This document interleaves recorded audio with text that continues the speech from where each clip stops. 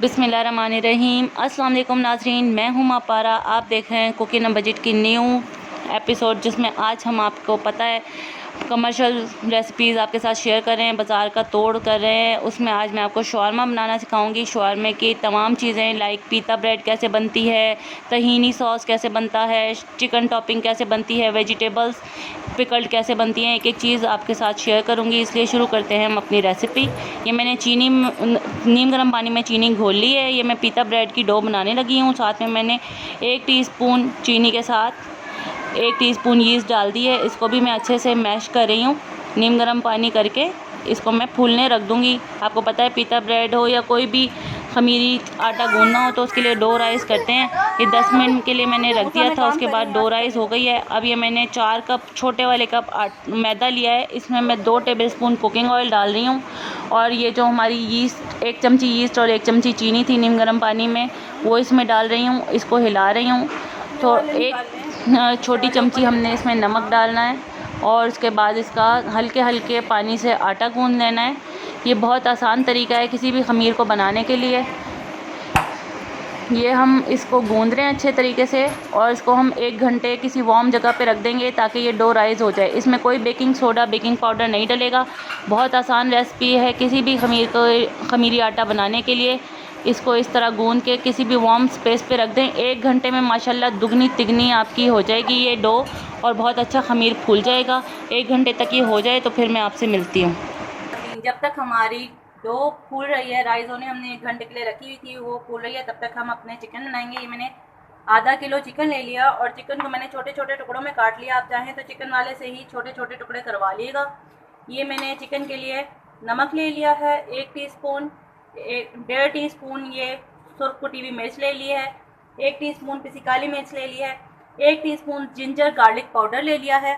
और ये मैंने आपको हमेशा की तरह मैंने आपको बताया, मैं बाज़ार के मसाले नहीं डालती। ये मेरा अपना घर का चिकन मसाला है। मुझे चिकन का कोई भी बोनलेस का काम करना होता है, मैं ये मसाला ज़रूर ऐड करती हूँ। इसमें 5-6 गिनती हुई चीज़ें हैं: ज़ीरा, अजवाइन, मेथी दाना, कश्मीरी मिर्च लाल वाली लंबी वाली, और लहसुन पाउडर, गार्लिक पाउडर, थोड़ा सा गरम मसाला और थोड़ा सा नमक। इन सबको ब्लेंडर में डाल के ग्राइंड कर लें। ये मैंने भरकर 1 टेबलस्पून ले लिया है। मैं अपना फ्लेम ऑन करके चूल्हे पर रखती हूँ चिकन को। ये मैंने फ्लेम ऑन कर दिया है। इस पर मैं 2 टेबलस्पून ऑयल डाल रही हूँ। ज़्यादा ऑयल नहीं डालना, वरना वो शवारमे में जब चिकन हम डालेंगे तो वो निकल निकल के भागेगा। ये मैं अब इसमें चिकन डाल रही हूँ। ऑयल गर्म होने से पहले ही चिकन डाल दिया करें ताकि उसका पानी ना उड़े, शुर शुर शुर करके आपके हैंड्स को डैमेज ना करे। तो मैंने इसमें चिकन डाल दिया है। चिकन डाल के मैं इसमें सारे मसाला जार डाल रही हूँ। ये नमक, ये मिर्च, ये काली मिर्च, ये गार्लिक जिंजर पाउडर, और ये मेरा चिकन बोनलेस पाउडर। इसको मैं मिक्स करने लगी हूँ।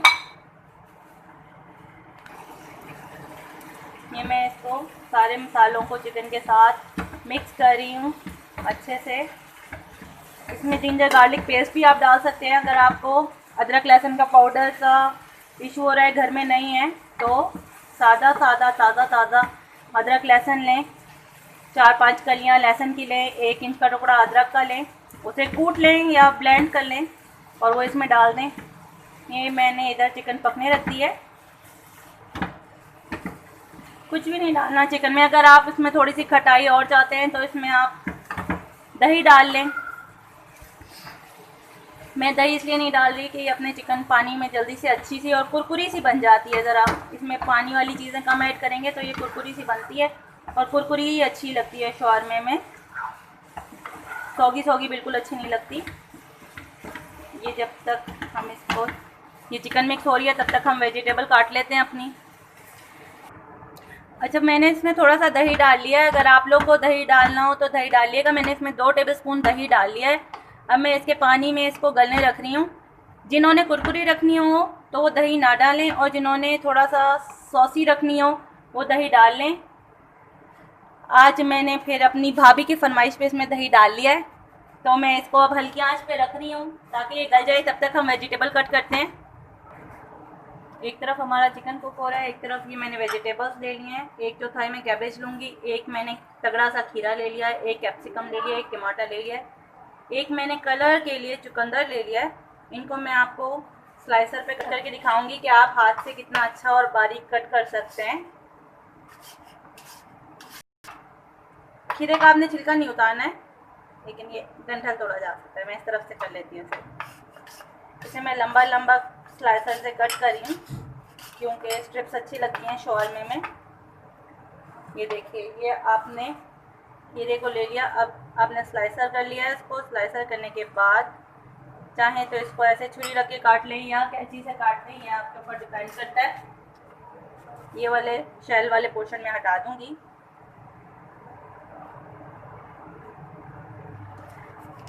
ये मैं इसको ऐसे अब लंबे लंबे इसके स्लाइसेस काट रही हूँ।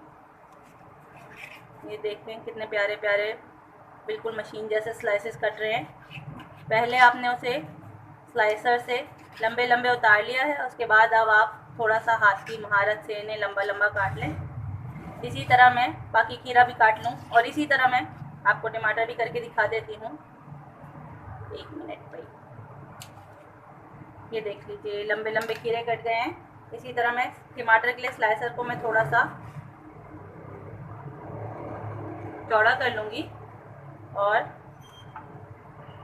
हाथ हिलाते हुए टमाटर को काटिएगा, क्योंकि टमाटर को साथ जूस निकल आता है। हल्के हाथ से टमाटर को आपने कर लेना है और हाथ हिलाते हुए और वज़न नहीं डालते हुए इसको मैंने कट कर लिया है।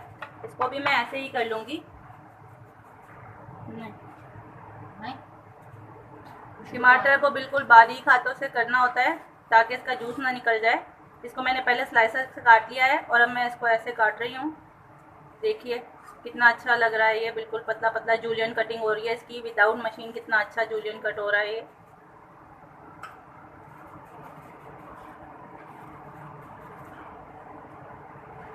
ये देखिए इस तरह टमाटर के भी मैं सारे स्लाइसेस काट लूँगी। इसी तरह फिर मैं आपको कैप्सिकम भी करके दिखाती हूँ, बिल्कुल बाजार की स्टाइल की कटिंग, वो भी हाथ से। अच्छा, कैप्सिकम के साथ भी यही मसला है, कैप्सिकम को भी हल्के हाथ से ही हिलाते हुए करना है। ये देखिए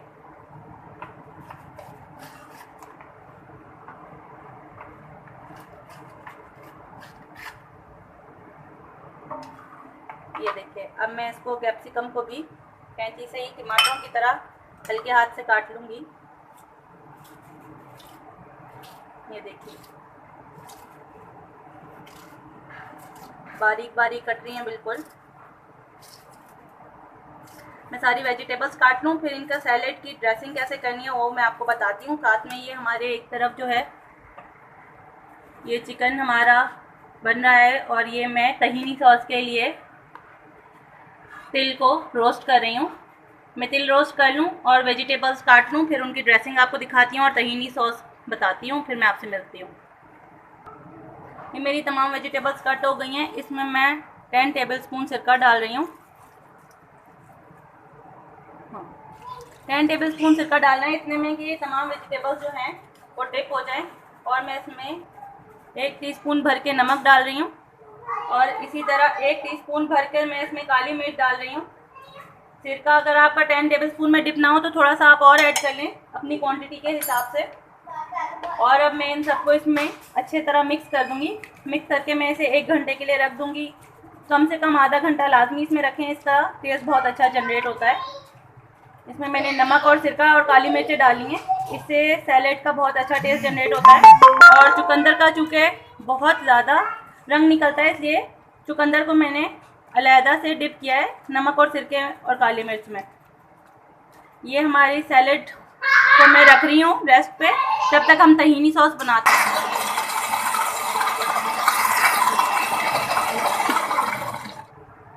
ये मेरी होममेड मायोनीज़ है, ये मैं आप लोग से पहले भी शेयर कर चुकी हूँ। इसका लिंक चाहिए होगा तो मैं आपको डिस्क्रिप्शन में दे दूँगी। ये मैंने अभी फ्रेशली बनाई है क्योंकि मुझे घर की चीज़ें पसंद हैं। बाहर प्रिजर्वेटिव और केमिकल वाली चीज़ें मैं नहीं लेती हूँ, लेकिन ये अभी मेरी क्वांटिटी के हिसाब से ज़्यादा है, इसमें से मैं थोड़ी सी कम कर लूँगी।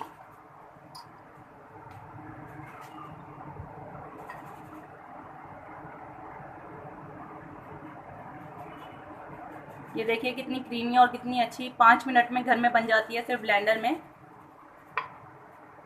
ठीक है, ये मैंने इसमें जितनी मुझे चाहिए उतनी मैंने इसमें छोड़ दी है। तकरीबन 4 से 5 टेबलस्पून मैंने इसमें छोड़ दिया है। अब मैं इसमें ये 1 टेबलस्पून घर की मलाई डाल रही हूँ, दूध की, और 1 टेबलस्पून मैं इसमें दही डाल रही हूँ। हाफ टी स्पून मैं इसमें नमक डाल रही हूँ और हाफ टी स्पून मैं इसमें काली मिर्च डाल रही हूँ। और ये वो तिल हैं जो मैंने रोस्ट कर लिए थे, आधी प्याली तकरीबन, इन्हें मैं ब्लेंडर से ब्लेंड करके फिर इसमें ऐड करती हूँ। ये तिलों को मैं ब्लेंडर से ब्लेंड कर रही हूँ।